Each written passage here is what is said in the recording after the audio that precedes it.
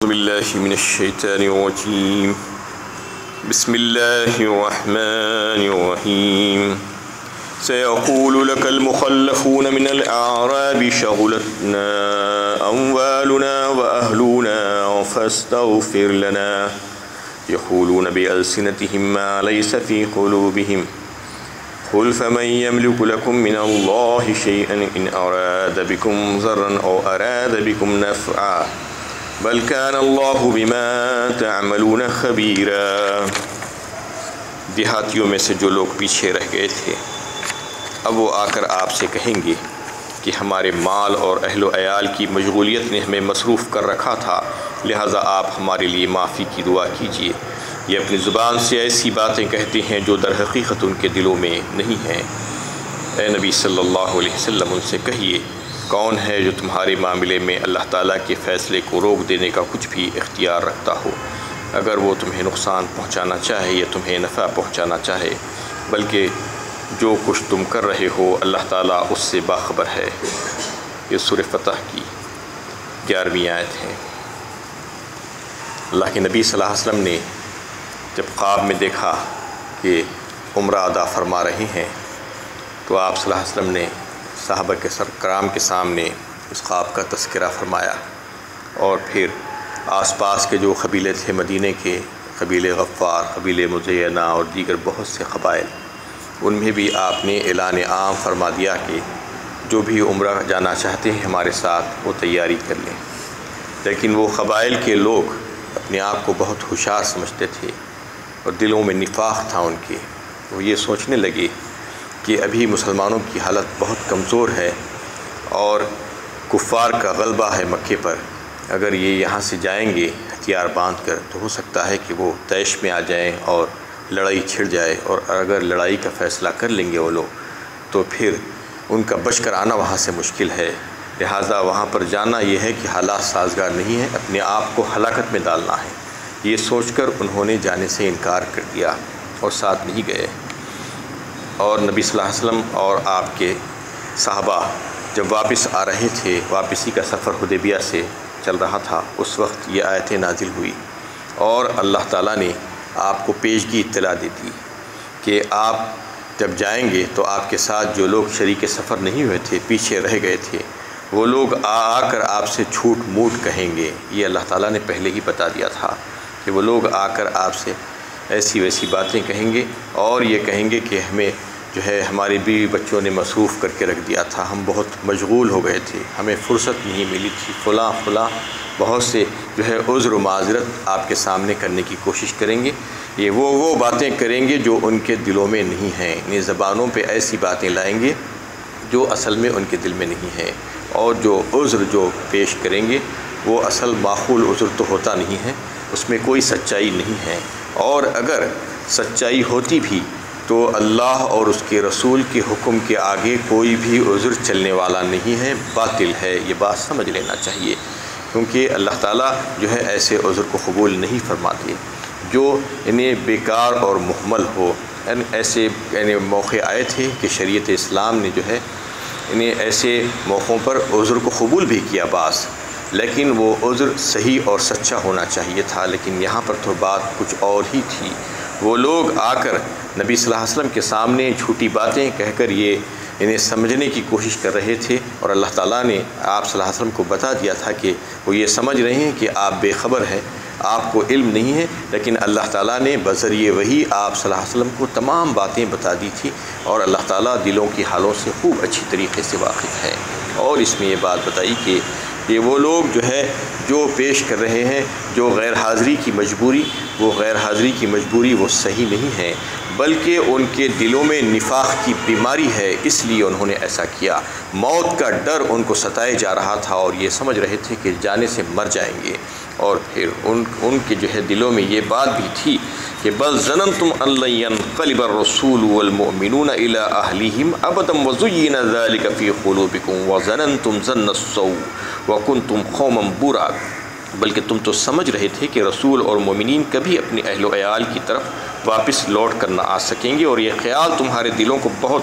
بھلا معلوم ہونے لگا تھا اور تم نہایت ہی بری بدگمانی میں مبتلا رہے۔ اور تم تو بڑے ہی بد باطن ہو۔ اس میں اللہ تعالیٰ ان کا اظہار فرما رہے ہیں، ان کے دلوں کی باتوں کا۔ یہ سمجھ رہے تھے کہ رسول اللہ صلی اللہ علیہ وسلم اور آپ صلی اللہ علیہ وسلم کے ساتھی مومنین کبھی بھی اپنے اہل و عیال کی طرف لوٹ کر نہیں آئیں گے، کیونکہ ان کا مقابلہ جو مشرکین سے ہے وہ ان کو مار کر وہیں پر ختم کر دیں گے۔ یہ برے برے خیالات ان کے دلوں میں آ رہے تھے، اور وہ شروع سے اللہ تعالیٰ اور اللہ کے نبی صلی اللہ علیہ وسلم کے ساتھ ایسی ہی دشمنی کا جو ہے خیال سوچتے ہی رہے تھے اور ایسا ہی معاملہ کرتے آئے تھے۔ اللہ تعالیٰ فرما رہے ہیں کہ یہ جو کر رہے تھے اس کے بارے میں اللہ تعالیٰ اچھی طریقے سے باخبر ہے، ان کی ساری باتوں کے بارے میں۔ اور ایک بات یہ فرمائی دی اس میں کہ اللہ تعالیٰ نے جو تقدیر میں ان کے لیے ان کے اہل اور ان کے عیال اور ان کے مال کے تعلق سے جو لکھ دیا ہے، جو لکھا جا چکا ہے، وہ لکھا جا چکا ہے۔ اس میں کسی قسم کا کوئی رد و بدل کا امکان نہیں ہے،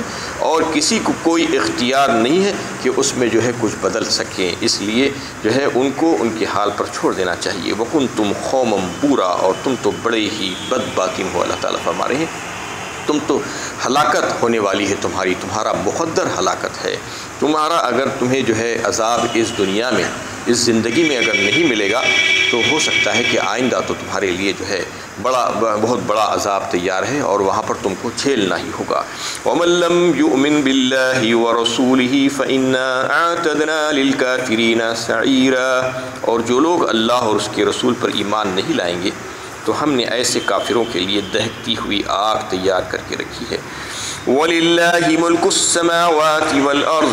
يغفر لمن يشاء ويعذب من يشاء وكان اللہ غفورا رحیما۔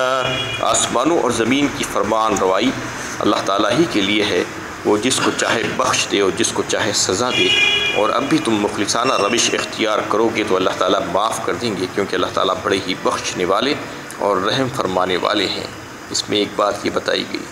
کہ اگر تم اب بھی جو ہے ان وعیدوں کو سامنے رکھتے ہوئے ایمان لا کر مخلص بندے بننا چاہو تو تمہارے لیے بہتر ہے، ورنہ آگ ہم نے جو ہے ایسے کافروں کے لیے تیار کر کے رکھی ہے۔ اور پھر سارے آسمانوں اور زمین کی فرمان روائی اور ان کی بادشاہت اللہ تعالیٰ ہی کے ہاتھ میں ہے، وہ جس کو چاہے بخش دے، جس کو چاہے عذاب دے۔ اس کا مطلب یہ ہے کہ جو مومن بندے ہوں گے، جو اللہ تعالیٰ کے فرما بردار ہوں گے، ان کو تو اللہ تعالیٰ یقیناً جو ہے معاف فرمائیں گے اور بخش دیں گے، لیکن جو اللہ تعالیٰ کے نافرمان ہیں وہ بھی اگر اللہ تعالیٰ سے جو ہے معافی مانگ کر توبہ کر کے رجوع ہو جاتے ہیں اپنے مرنے سے پہلے تو اللہ تعالیٰ ان کے لیے غفور الرحیم ہے۔ سَيَقُولُ الْمُخَلَّفُونَ إِذَا انطَلَقْتُمْ إِلَى مَغَانِمَ لِتَأْخُذُوهَا ذَرُونَا نَتَّبِعُكُمْ يُرِيدُونَ أَن يُبَدِّلُوا كَلَامَ اللَّهِ قُل لَّن تَتَّبِعُونَا كَذَلِكُمْ خَالَ اللَّهُ مِن قَبْلُ فَسَيَقُولُونَ بَلْ تَحْسُدُونَنَا بَلْ كَانُوا لَا يَفْقَهُونَ إِلَّا قَلِيلًا۔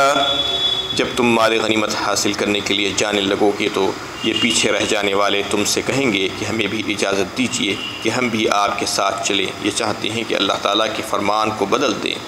صاف کہہ دیجیے کہ تم ہرگز ہمارے ساتھ چل نہیں سکتے، اس لیے کہ اللہ تعالیٰ نے پہلے ہی سے فیصلہ فرما دیا ہے۔ یہ لوگ کہیں گے کہ نہیں، بلکہ تم لوگ ہم سے حسد کر رہے ہو، بلکہ یہ لوگ صحیح بات کو کم ہی سمجھتے ہیں۔ اس میں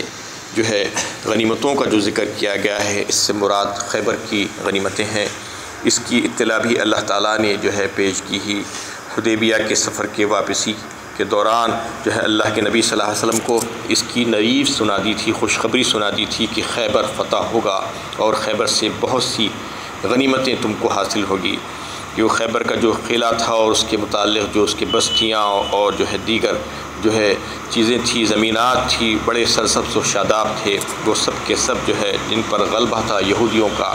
اور یہودیوں کی سرکشی کی وجہ سے، عہد شکنی کی وجہ سے اللہ تعالیٰ نے ان کے اوپر جو ہے مسلمانوں کو مسلط کیا تھا، اور یہ پیشگی اطلاع مسلمانوں کو دے دی گئی کہ تم کو جو ہے وہ خیبر کا قلعہ تمہارے لیے ہم فتح کریں گے، اور پھر ان میں سے جو ہے بہت سی غنیمتیں تم کو ملے گی۔ اللہ تعالیٰ نے پہلے ہی فرما دیا حدیبیہ سے واپسی کے وقت۔ دلوں کی تسلی کے لیے مسلمانوں کے لیے۔ اور پھر یہ بات بھی اس میں بتا دی گئی تھی کہ اس میں جو ہے وہی لوگ حصے دار ہوں گے جو حدیبیہ میں جو ہے جو شریک تھے، یعنی صلح حدیبیہ کے وقت جو بیعت میں جو شریک تھے، جو بھی مسلمان اللہ کے نبی صلی اللہ علیہ وسلم کے ساتھ، انہی کو اس میں سے حصہ ملے گا، اور جو لوگ پیچھے رہ جانے والے ہیں ان کو اس میں سے حصہ نہیں ملنے والا ہے۔ اور جیسا کہ جو ہے جو خوشخبری مل گئی تھی، تو اللہ کے نبی صلی اللہ علیہ وسلم نے واپس مدینہ شریف تشریف لے جانے کے بعد جو ہے فوراً اس سفر کا ارادہ کیا خیبر کے لیے، اور پھر خیبر پر جو ہے چڑھائی کی، اور پھر وہاں سے انہوں نے جو ہے بہت سے غنیمتیں حاصل کی۔ اس وقت جب خیبر کو جو ہے آپ صلی اللہ علیہ وسلم اور مومنین کا قافلہ جا رہا تھا، تو وہ لوگ کہنے لگے کہ ہم کو بھی ساتھ لے کر چلو۔ اللہ تعالیٰ نے پہلے ہی فرما دیا تھا کہ ان کو ساتھ نہیں لینا ہے، اور انکار کر دیا گیا کہ تم ہمارے ساتھ نہیں چل سکتے، کیونکہ اللہ تعالیٰ نے منع کر دیا ہے تمہیں ساتھ لے جانے سے، اور تمہارا اس میں کچھ بھی حصہ نہیں ہے۔ کذالکم قال اللہ من قبل فسیقولون بل تحسدوننا، اس پر جو ہے وہ لوگ یہ کہہ رہے ہیں کہ تم ہم سے حسد کر رہے ہو، اس لیے تم ہم کو ساتھ لے جانا نہیں چاہتے ہو، تاکہ ہم جو ہے تمہارے ساتھ تمہارے جو ہے جو مال و غنیمت تم کو حاصل ہوگا اس میں سے ہم بھی حصے دار بن جائیں گے، یہ سوچ کر تم ہم کو وہاں پر جو ہے لے جانا نہیں چاہتے ہو۔ یہ جو ہے وہ منافقین کی باتیں تھیں، لیکن وہ باتیں غلط تھیں، یہ اس وجہ سے نہیں بلکہ انہوں نے جو ہے جو اللہ کے نبی صلی اللہ علیہ وسلم کا حکم نہیں مانا تھا اور پیچھے رہ جانے کو پسند کیا تھا، اس لیے اس کی سزا کے طور پر اللہ تعالیٰ نے ان کو جو ہے یہ بات کہی تھی کہ ان کو اس میں سے کسی قسم کا حصہ نہیں ملے گا غنیمتوں میں سے، اور ان کو ساتھ نہیں لے جانا ہوگا، یہ اللہ کا حکم تھا، اس میں جو ہے اللہ کے حکم کی پیروی کی جا رہی تھی۔ قل للمخلفین من الاعراب ستدعون الى قوم اولی باس شدید تقاتلونهم او يسلمون فإن تطيعوا يؤتكم الله أجرا حسنا وإن تتولوا كما توليتم من قبل يعذبكم عذابا أليما۔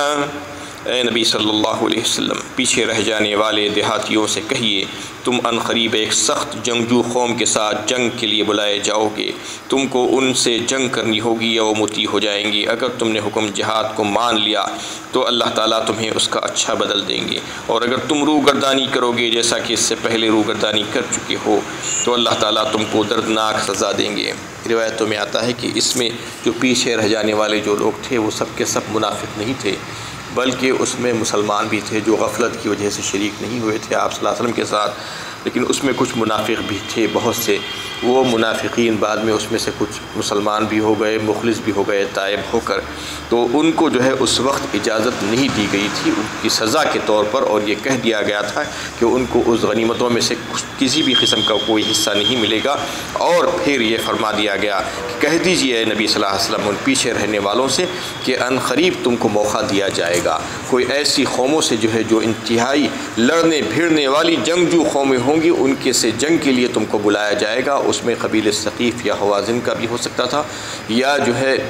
مسلمہ کذاب جو اسلام کے خلاف جس نے جو ہے اپنی گردن اٹھائی تھی اور جھوٹی نبوت کا دعویٰ کیا تھا، یا رومی عیسائیوں کا بھی جو ہے معاملہ ہو سکتا تھا کہ ان سے جنگ ہو۔ یہ مختلف قبائل یا مختلف قوموں سے جو ہے جنگ کے تعلق سے جو ہے امید کی جا سکتی تھی، اس لیے اللہ تعالیٰ نے فرما دیا کہ آئندہ تم کو یہ موقع دیا جائے گا اور تم کو بلایا جائے گا، اور اس وقت اگر تم نے جو ہے مسلمانوں کے ساتھ مل کر جنگ کی ان کفار سے، تو پھر جو ہے تم اللہ تعالیٰ کے فرمانبردار تصور ہوگے، مطیع تصور ہوگے۔ فَإِن تُطِيعُوا يُؤْتِكُمُ اللَّهُ أَجْرًا حَسَنًا، اگر تم نے حکم جہاد کو مان لیا تو پھر اللہ تعالیٰ تم کو اس کا بہترین اور اچھا بدل دیں گے۔ وَإِن تَتَوَلَّوْا كَمَا تَوَلَّيْتُم مِّن قَبْلُ، اور اگر تم نے پھر سے روگردانی کی جیسا کہ اس سے پہلے کیا تھا، جیسا کہ حدیبیہ کے موقع پر تم نے جو اپنایا تھا طریقہ، اور ایسا کرو گے تو پھر تمہارے لیے دردناک سزائیں ہیں۔ لَيْسَ عَلَى الْأَعْمَى حَرَجٌ وَلَا عَلَى الْأَعْرَجِ حَرَجٌ وَلَا عَلَى الْمَرِيضِ حَرَجٌ، جنگ سے پیچھے رہ جانے والوں میں اندھے پر کوئی گناہ نہیں، اور نہ لنگڑے پر گناہ ہے اور نہ بیمار پر۔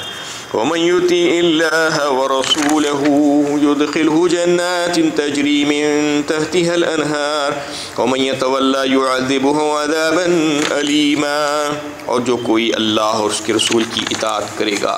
تو اللہ تعالیٰ اس کو ایسی جنتوں میں داخل کریں گے جس کے نیچے نہریں بہتی ہوں گی، اور جو کوئی اطاعت سے انحراف کرے گا اللہ تعالیٰ اس کو دردناک سزا دیں گے۔ اس میں جو ہے کچھ بیمار اور کچھ لنگڑے لولے اور کچھ اندھے لوگ تھے، یعنی ان لوگ جو لوگ مجبور تھے، اپاہج تھے، وہ پریشان ہوا کرتے تھے کہ ہم جہاد میں شریک نہیں ہو رہے ہیں، اللہ کے نبی صلی اللہ علیہ وسلم کا حکم نہیں مان رہے ہیں، تو اللہ تعالیٰ نے یہ بات واضح فرما دی کہ وہ مستثنیٰ ہے جنگ سے اور جہاد سے، کیونکہ وہ مجبور ہیں، بیچارے پریشان حال ہیں اور بیمار ہیں، وہ نہیں جا سکتے، ان کے لیے کوئی ضرورت نہیں ہے۔ اور اس کے علاوہ جو لوگ بھی ہوں گے وہ اللہ تعالیٰ کی اگر فرما برداری کریں گے تو پھر اللہ تعالیٰ ان کو جنتوں میں داخل فرمائیں گے، ان کو معاف فرمائیں گے، اور اگر اس کے برخلاف کریں گے، اللہ تعالیٰ کی اطاعت سے انحراف کریں گے، نافرمانی کریں گے، تو جو کوئی بھی ایسا کرے گا کبھی بھی قیامت تک کا، تو پھر اللہ تعالیٰ اس کو سخت عذاب میں گھیریں گے، اس کے لیے کوئی خوشخبری نہیں ہوگی۔ وآخر دعوانا ان الحمد للہ رب العالمین۔